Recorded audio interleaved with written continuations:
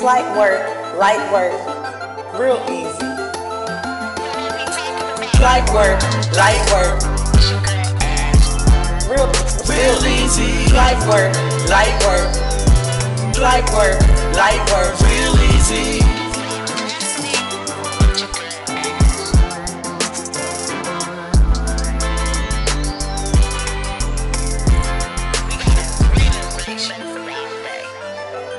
The audacity of Ash. Same show, new narrative.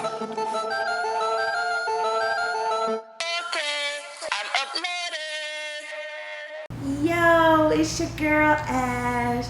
I am so excited to be here. We are in LA, the audacity of Ash. We got our guest today, Kdotoh, aka Troy, in the building, representing the West Coast for the Sneakerhead War. So thankful for you to be here. Thank you, no problem. I appreciate y'all having me. Thank you so much. Like, we really do appreciate you representing that. And then also, we definitely see our logo here is looking bright and pretty. Deuce Tyrell, thank you so much for that, and also our theme song. So let's get into this sneaker war, and let's get into about you, okay? Like I said, thank you so much for being here. I definitely do appreciate you.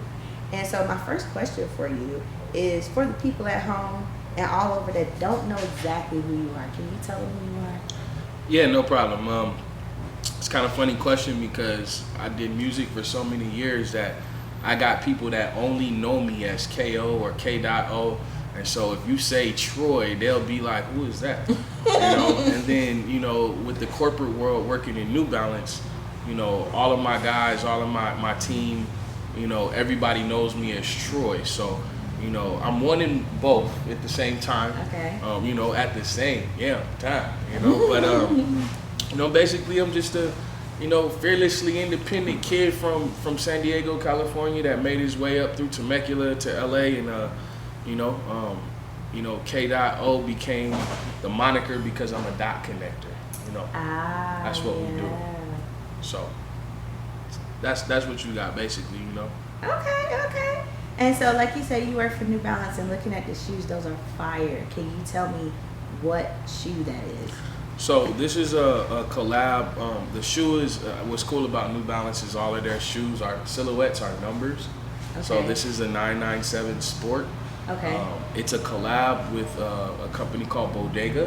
Okay. And one of the reasons that I love this shoe is that this shoe is called Better Days Ahead. Ooh. Yes.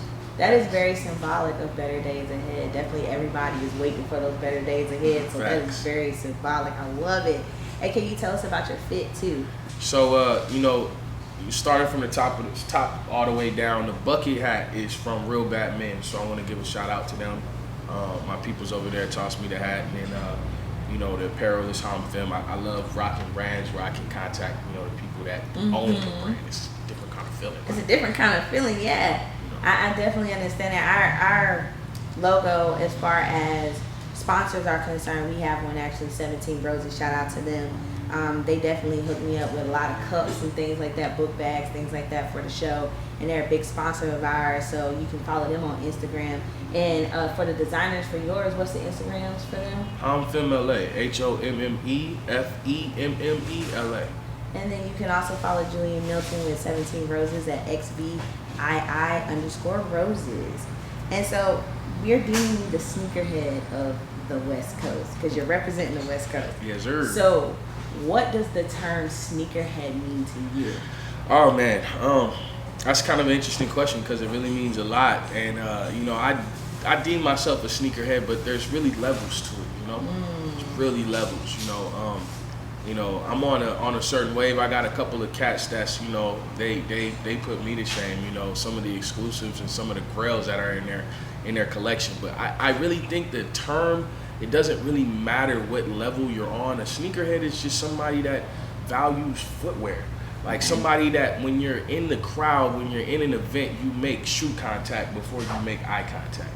You know what I mean? Like you're really, behind the I guess you kind of, one of those people that gets dressed from the bottom up, the shoes come first and then I figure out whatever else comes afterwards. Right. So that's like a basic example or explanation, I would say. Okay, and then Now, what was the first pair of sneakers that you ever got that you felt like you just had to have them? And when you got them and you felt like, I made it, what was that shoe? Ooh, man, I cannot lie to you. There's probably way too many. There's way too many to count. I would say, let me tell you about the first pair of shoes where I knew I was a sneakerhead. Right? Okay. I'm in middle school. Family's from San Diego. Shout outs to Southeast Dago. And we move up an hour north to a city called Temecula. I had never heard of it at the time. Wine country, right? Uh-huh. And my dad bought me a pair of Columbianas. That's the white patent leather 11s. And I remember I wore them to school, and I came home and I was crying, and my parents were like, "What's going on? Like, what's going on?" And I'm like, "Mom, they're making fun of me at school." And she's like, "Making fun of what?" And I'm like, "They're calling my shoes a hunk of plastic." Like literally, like the other kids were like, "Hunk of plastic, hunk of plastic." And that's because at that time they didn't realize, they didn't know what patent leather was. But the reason I say that was the moment that I knew I was a sneakerhead was because I wore them the very next day. And then the very next day. And then the very next day. While they called them a hunk of plastic. So shout out to all of y'all in Temecula at Margarita Middle School at TVHS, because y'all really turned me into a sneakerhead. You know what I mean? Appreciate ya. All right, and then, okay, so let me ask you this. People say fashion has had a hold on hip hop as far as like how it evolved, right? So how has being a sneakerhead actually influenced that part of the culture as far as hip hop is concerned? Do you feel like the shoes make hip hop, or hip hop makes the shoes?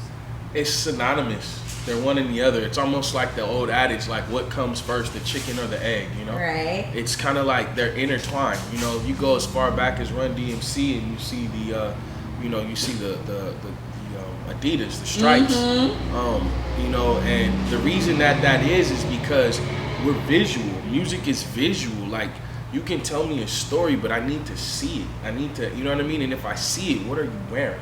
You know what I'm saying? What are you in? You know, that is important to the story, you know? Okay. So now, with you being a rep of New Balance, what implant do you think New Balance has made in the sneaker culture on the West Coast compared to the East Coast, where we see more J's, Forces, and Kobe's?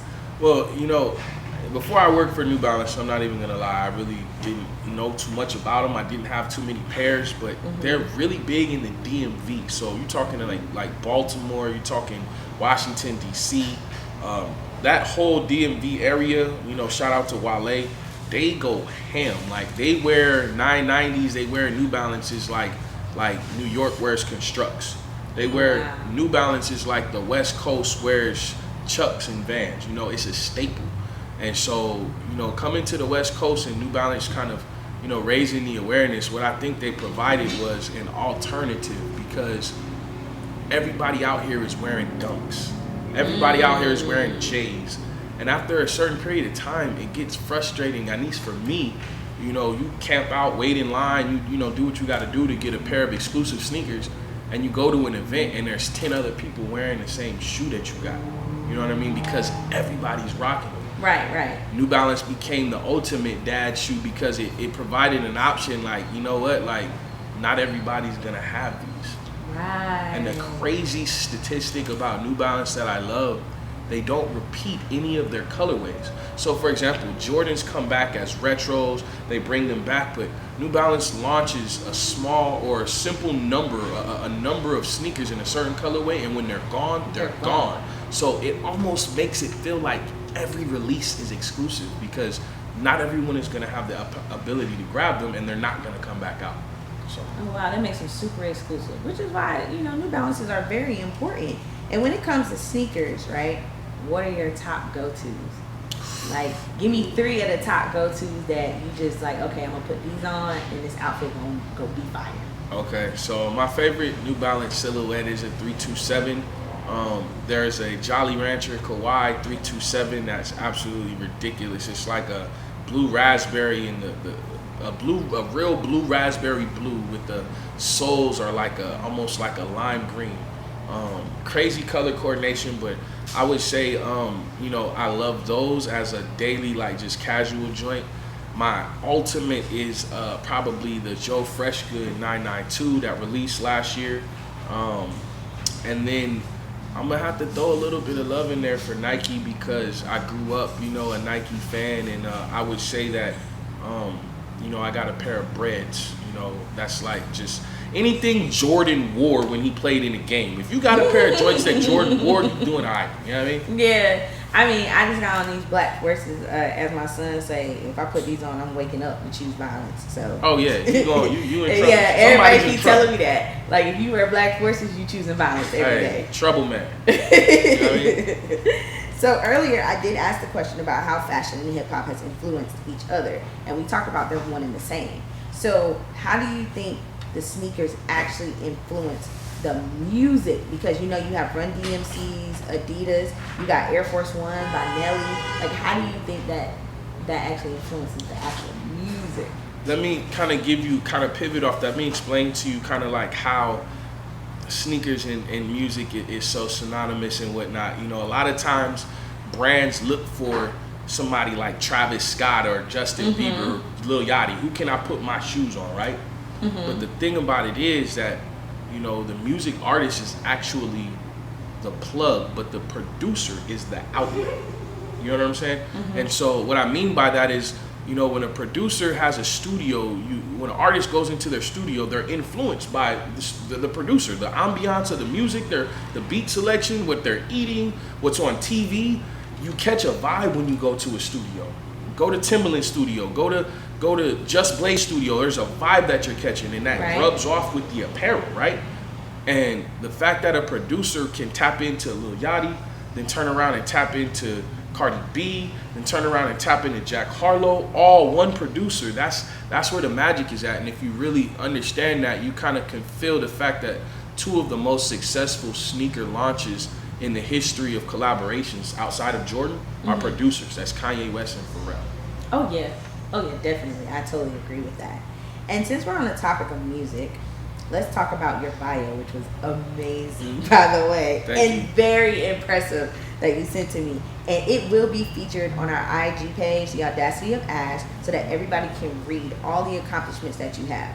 However, tell us about your other endeavors and what made you want to create music to begin with for people who don't know you.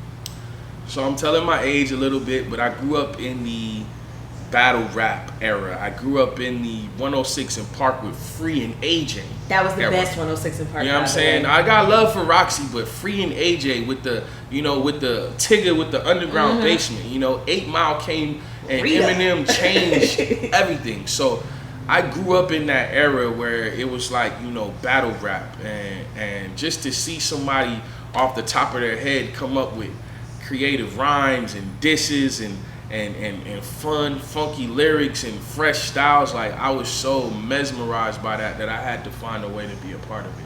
I know that's right. I remember in high school, you know, we would have somebody with the pencil and like tapping on the aluminum tables till their fingers is bleeding, like, you know, beatboxing, and we sitting there.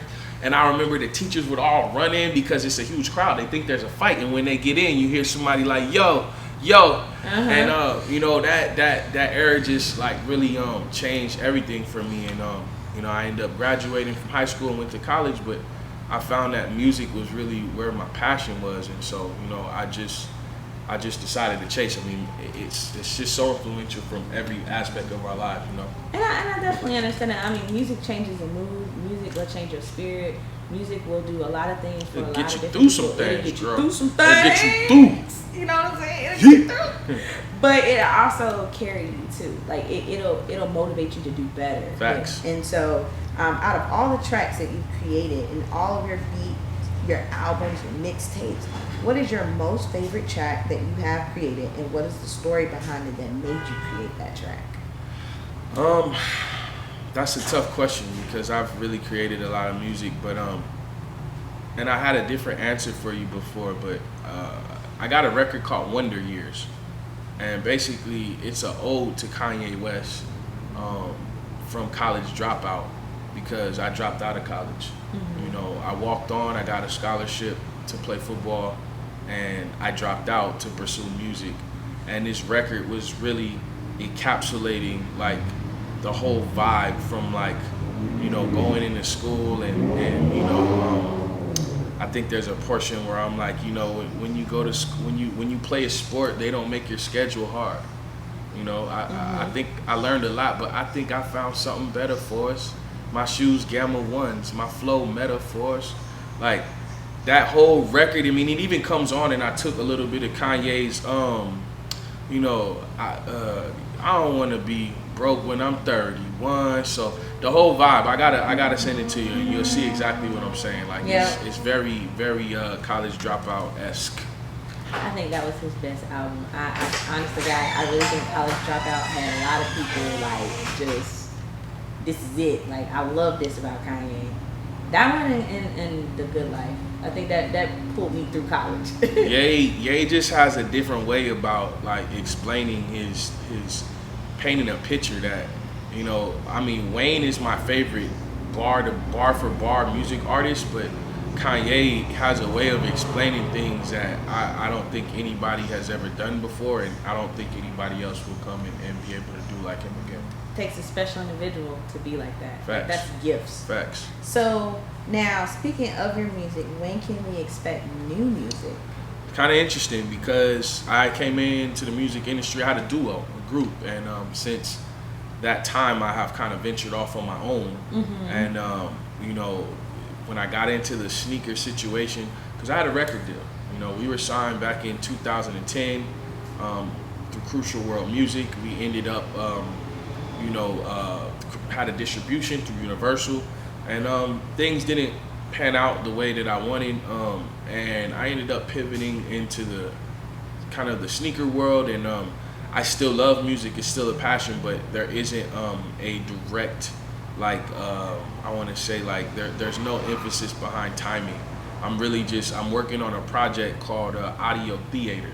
Okay. You know, and you know, and I think I'm just kind of piecing it together. So I'm not exactly sure, but I'm gonna get back with you on that. Okay, and then places is something that we all look at differently, you know, as far as like where we were back in the day and who we were. We've all had moments that we really get super extremely like, oh my God, I'm so proud about it. And then we got those moments where we look back and be like, what the hell? So, you know, what are those what the hell moments that gave you lessons that you learned? What out of those moments, what are the ones for you that taught you the biggest lesson, and then out of the ones that you were most proud of, taught you lessons? That's funny because I was hoping you was gonna go the high route with what made me proud, but the lessons that I've learned. I asked you for both of them. The lessons that I've learned. Let me see. You know, I've experienced quite a lot. I've been from, you know, done things in music in LA area. I've been to Texas, you know, Houston, Austin. And I think one of the things that I really learned is not to put all your eggs in one basket. Tell me about it. You know, because it's like, you know, I got a record where I'm like, you know, if you're banking on a shot, you know, it only guarantees the backboard. You know what I mean? You're not even guaranteed to hit. You know what I'm saying? So you can't bank everything on one thing. You always have to align yourself with other opportunities, because life and God have a funny way about, you know, taking you in different directions, and sometimes it's not the way you think it's going to go. Right. I would say some of my most proud moments, the fact that I got a record deal, you know? Even though things didn't pan out, I look at that kind of interestingly, because I know it's millions of people that wish they have a record deal, had a record deal, and I still got the contract that we signed with Universal. You know, I still got the bottle of Don P that we popped. And so, you know, just to be able to say that I accomplished something that I set out to do in high school, and, you know, years later it happened, is still a huge accomplishment for me. And it lets me know that, you know, you can really do, you know, I'm a kid from Temecula, you know, it was San Diego and Temecula. No one in LA had even heard of that. So to come out here and end up with a record deal with Universal, it's like, what? Like, oh, I know the feeling. Nobody's ever heard of Burgos, North Carolina. I could put money on it and bet my salary. I could barely find somebody who knows where that is, especially like somebody, a random person off the street. So to be sitting here in this studio, to be talking to you in LA, I understand the struggle. Facts. Okay. And then also, like, do you have any advice for upcoming sneakerheads or any advice for upcoming musicians? For sneakerheads, I would say, be true to yourself. You know, I think we live in a world now that's highlighted by social media, and everybody, you know, has an opinion on what they think is the dopest, or, you know, and society tends to run with the person that has the most followers. But, you know, if you like something that not everyone's into, that's completely okay. You know, and also, you know, I guess understand that this thing comes with L's. You know, life doesn't, you know, life is spelled with an L. You know, that's the first letter of life. That's the first letter of it, yeah. You know, and it's not that you're going to always take them, but, you know, my dad used to say life is like a bad teacher. You know, it gives you the lesson before it gives you it gives you the test before it gives you the lesson. But just know that Instagram and social media is all what people want you to see. Not every time do you get the shoe. Not every time do I get what I'm looking for. Like, but we only see, you know, people take wins, and it can make you feel like if you stumble or if you fall or if you don't get something that you're a failure. But the reality is that we all fail. It's part of life. Like I said, it starts with an L. So, you know, that's what I would say for the sneakerhead. For the musician, I would say, you know, really find your own lane and find yourself within your music, because there's so much music around that sounds like everything else. And even if you don't sound like everyone else and you're not like, you know, you're not trending, you know, what really holds weight and value is when someone is themselves and they're genuine. That speaks volumes. And I think that sometimes we get caught up, the record labels want you to sound like this or sound like what's hot, you know, and it's like, nah, you have to do what you are. You have to do, you know, I'm sure, you know, Ye wasn't, you know, was told to sound like this. I'm sure some of the greatest were tried to be molded to sound like a certain thing, but you have to do what's in your heart, who you are, your identity, your genuine self. So I would say just find yourself in your lane, in your music, and stick to what you love, and stick to what the sound that is you know? Okay. And then one last question, because we're going to kick it back to the sneakers. Okay, in your sneaker collection right now, what is the most treasured pair of sneakers that you have in your sneaker collection, and why? Man, like I said, those Joe Fresh goods, that's a big thing for me, because that shoe was released only in Chicago, only for All-Star Weekend, and I didn't go to Chicago, and I was still able to get a pair of them. And just what it entitles, and I guess not entitled, but what it meant. You know, the concept of the shoe was the anatomy of the heart, and you know, I have a actual human heart tattooed on me, because I literally like wear my heart on my sleeve, and so that sneaker was big for me. I would say that, and then, you know, I have a pair of breads, the band Jordan 1. And the reason that shoe means a lot to me, number one, because Jordan wore them, but two, I traded 4 shoes to get that shoe. Oh my gosh. Yes. Not 4 any shoes. I traded 4 other crazy shoes for that one pair of shoes. Yes. Oh my gosh. Yeah, so I would say those two: the Anatomy of the Heart, Joe Fresh Good 992 New Balance, and the Bread Band Jordan 1s. Those are my 2. Okay, that is what's up. So thank you so much for this interview. Like, I really do appreciate it, because I know your schedule is like tight. So I appreciate you. And okay, so since we are in a sneakerhead war, right? Right. What words do you have to say for the East Coast? Because our East Coast representative is going to be Taurus Riddick out of Smithfield, Virginia. Ooh, okay, VA. Big up to VA. You know, from Virginia. It ain't to do, but, you know, I can dig it. Shout out to the Clips and all of them.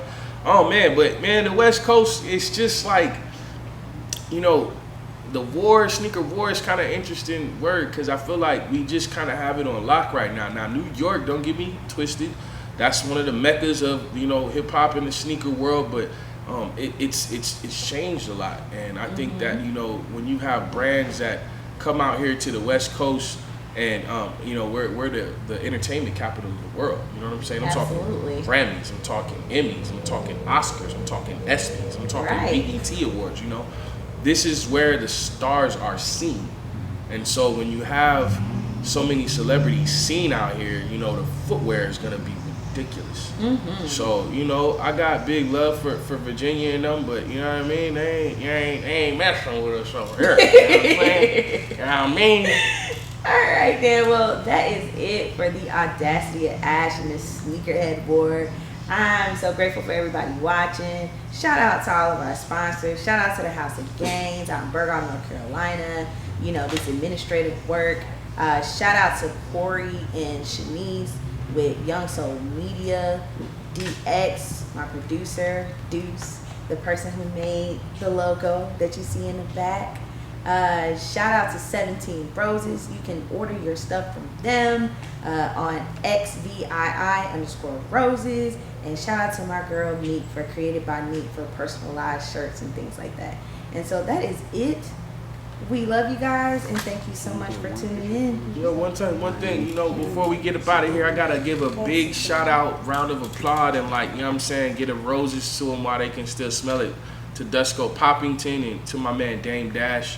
Yes, thank you so much, Dane, for letting us film this here today in your studio. Like, Facts. big ups to you. Thank you so much. Big ups to his brand CEO, and you know, I look forward to connecting here more, and you know, definitely with you. We gotta get you back to Oh yeah, to I'm the gonna West come back. Coast. I'm gonna come back to LA.